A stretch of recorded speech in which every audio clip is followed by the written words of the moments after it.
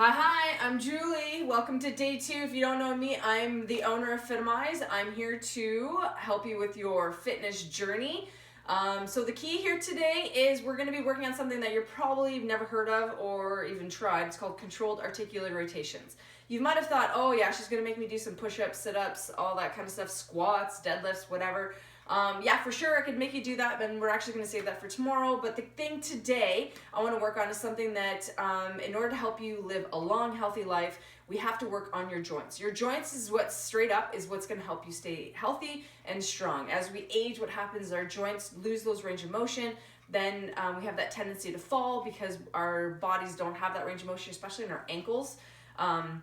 So the whole thing is this is something that a lot of you talked about, you wanted to set up a routine. So this is something that I want you to work on the daily. So you can do squats and push-ups and the whole thing, but you're not necessarily going to do those daily. These things, they're easy to do. You can do them anywhere, anytime. I do them all the time when I'm like driving, just watching TV, brushing my teeth, washing the dishes, all that kind of stuff. These are just things that I just want you to try to get in the habit of. And really all it is taking your joint to the biggest range of motion that you have. So the whole thing is that today you might not have a big range of motion. That's okay. But if you work with these on a regular basis, then the whole thing is you're going to notice that range of motion get bigger and bigger and bigger. So what we're going to do is I'm going to cover the joints in terms of what ones you can do. The key here, the two main things you need to remember is tension and breath. If you don't have enough tension and you don't use your breath, it's going to hurt and it's going to burn. And so that you're just going to feel, you're going to have that, a lot of compensation and stuff like that. Very easy to cheat with this stuff because you're like, oh yeah, look at me, I can do this, whatever. And that's fine. But the whole thing is that we really don't want to cheat. And what we're trying to train the brain is we're actually training our internal mind, our internal brain to teach the joints how to keep moving and how to keep things fluid. Because the whole thing is that you've heard it, if you don't use it, you'll lose it. So if you're that person that sits all day long and you don't move your joints very much, you have that tendency to lose it, and that's where all the back pain and all that kind of stuff will come into play.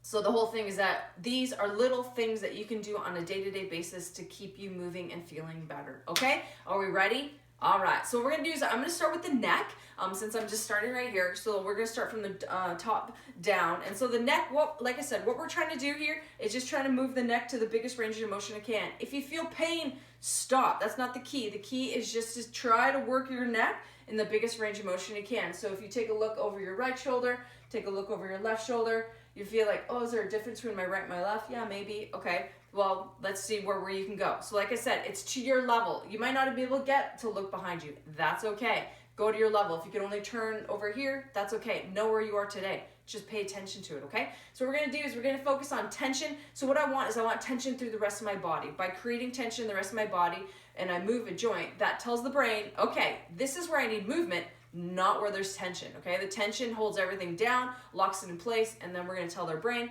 move this joint for me. Cool? All right, so what we're gonna do is create tension everywhere you can. You can do the sitting, standing, whatever is good for you. Okay, you don't have to be in a kneeling position. This might be awkward for you. So go ahead and sit there.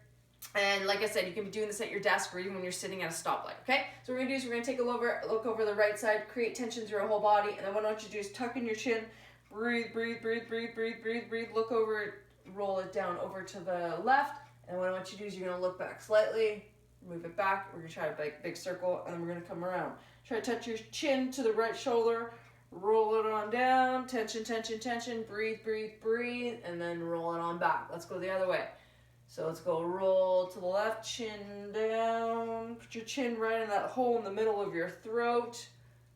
Good, you know that if you do that and you dive in the pool, you'll never belly flop. Good, and roll on down. Cool, those are your 10, that's your neck circles. We can also work on just range of motion, just turning your head to the side, roll your chin down, and roll to the other side. Okay, play around with it, create tension, have fun. Don't make it too complicated, it's all good.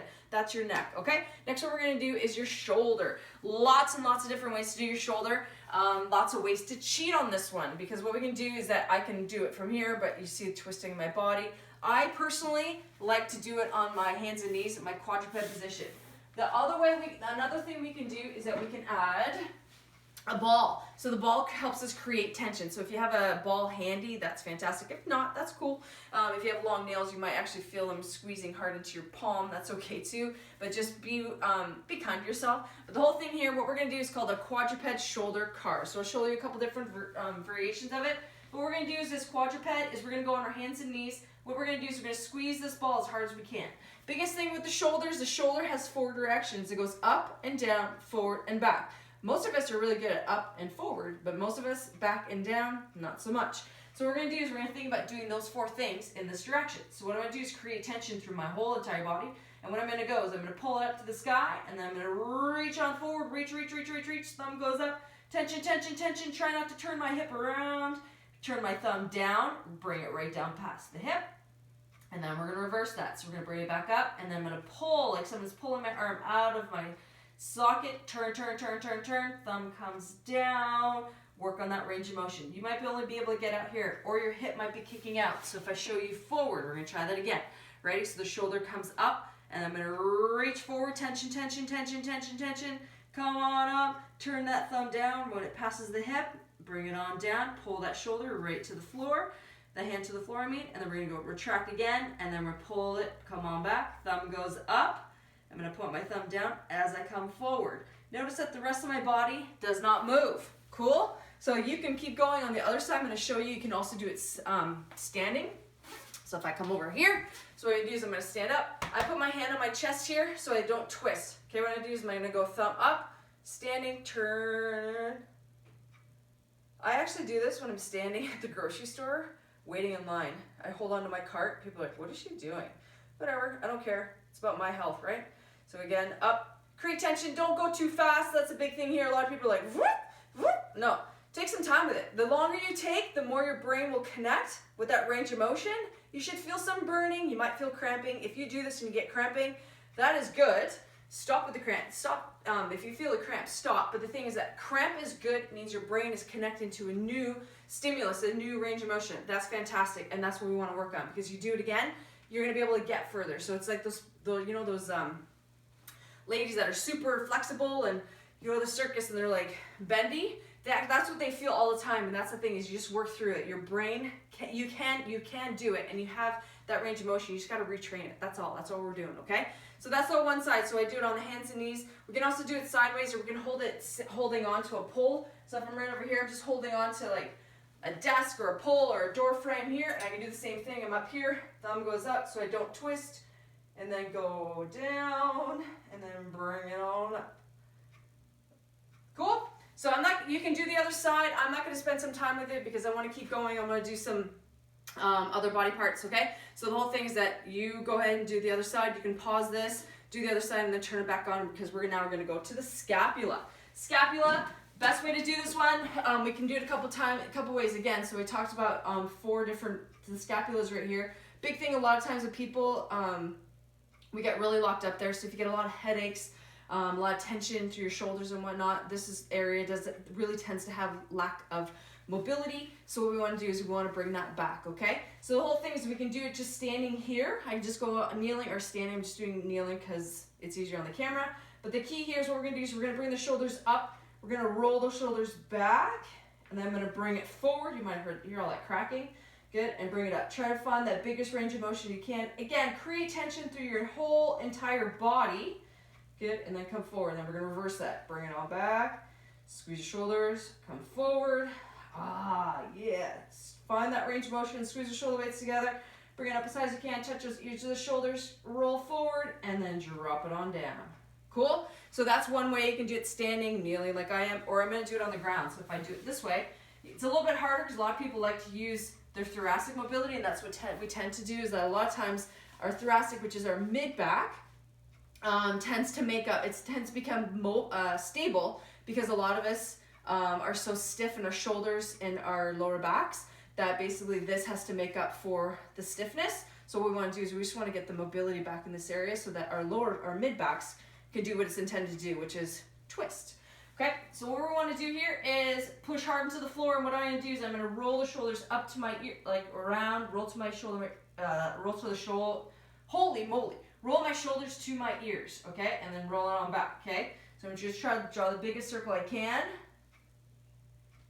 around. Notice that my back isn't drooping, and I'm keeping my elbows locked, so I'm not bending my elbows. This is much, much harder, I'm not gonna lie.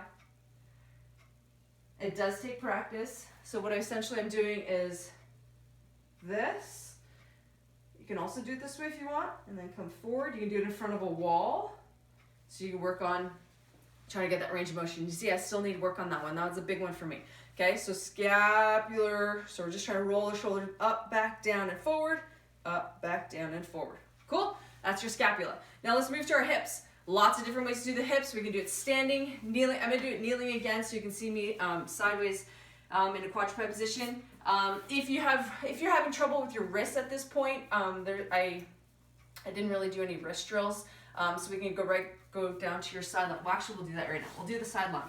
So side lying is basically you're gonna lay on your side. You're gonna brace the top hand, push it down on the floor. And what we're gonna do here is we're gonna try to draw the biggest circle with our hip. Okay, so you're gonna push down, create tension everywhere, and breathe. Okay. What I want to do is you're gonna bring your knee to your nose as far as you physically can. Create that tension.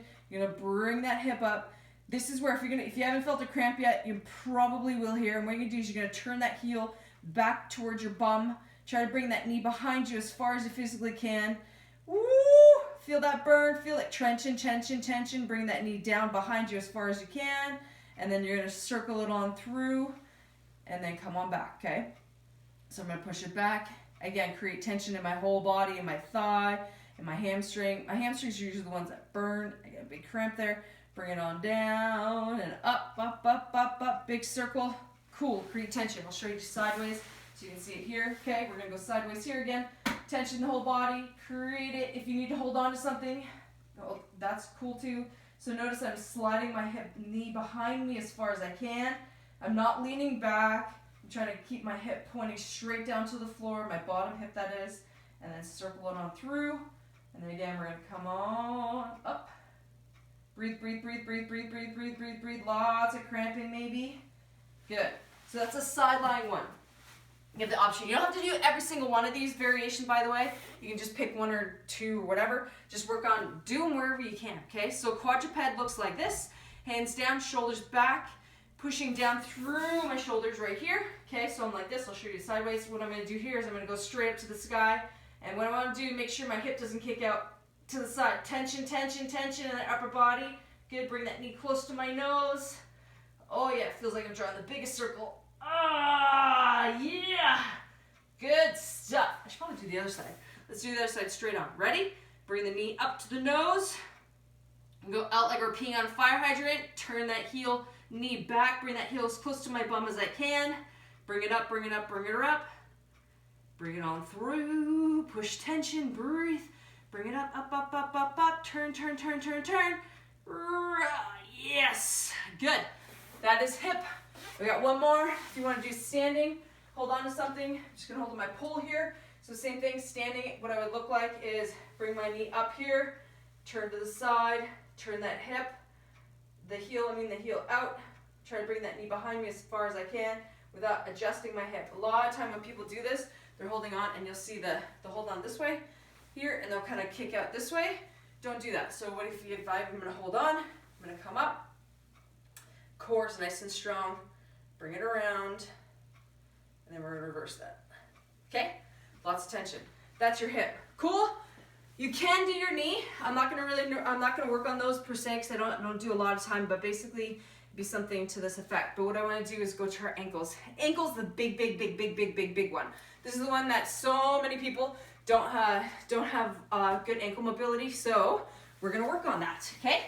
So this is an easy one to do. Like I said, I do this one on the daily. But we're going to do the key here. A lot of times people move this joint instead. So if you do suffer from knee strain and knee pain like I do and like crunchy knees, this is because for years and years and years, your knees were making up for the lack of mobility in your ankle. So that's why, yes, the first workout I talked about connecting the big toe. Well, by connecting your big toe and working on joint mobility, you know what? You're going to feel so much better straight up right there. And a lot of your pain is going to be alleviated from that alone. What we're going to do here is you just can do this one sitting down on the floor, or you can sit on a chair wherever you like. I'll actually do it like this as well, like if I'm watching TV or something like that. The key here is we're just going to draw the biggest circle we can with our ankles. Okay?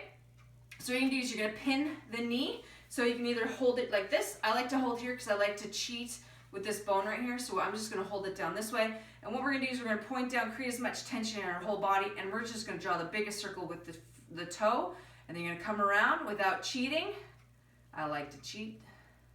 That's why I had so much pain in my knee, because I compensate too much, and then bring it up. So all you're trying to do, like I said, is draw the biggest circle you physically can. You should have tension. Go up. Don't go too fast. Don't go too fast. If you beat me on that circle, you're going way too fast.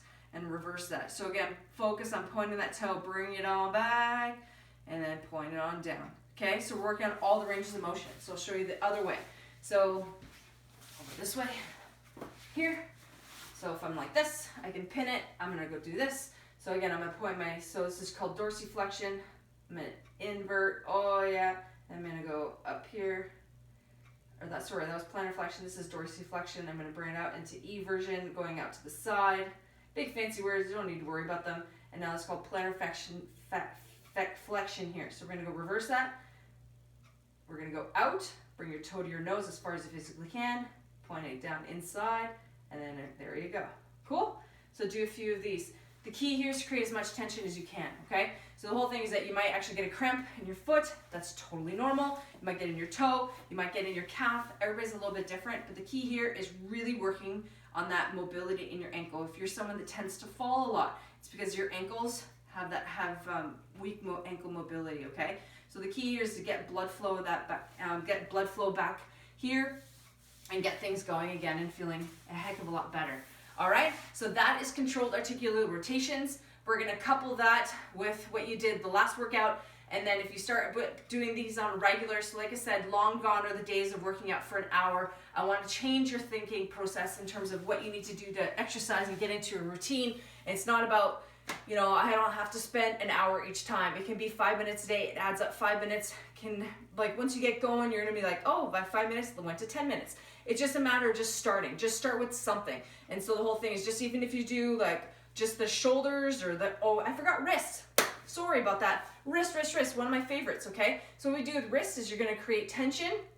And what we're gonna do is we're just like the ankles, we're gonna go big circle, but you need to squeeze your wrist, okay? So create tension in that wrist bone, and then, or wrist joint, and then you're gonna just go big circles like this. So this is one, like I said at the beginning, is I like to do this when I'm driving actually. I just sit at a stoplight and I'm just doing some wrist cars, okay? So just some controlled articular rotations.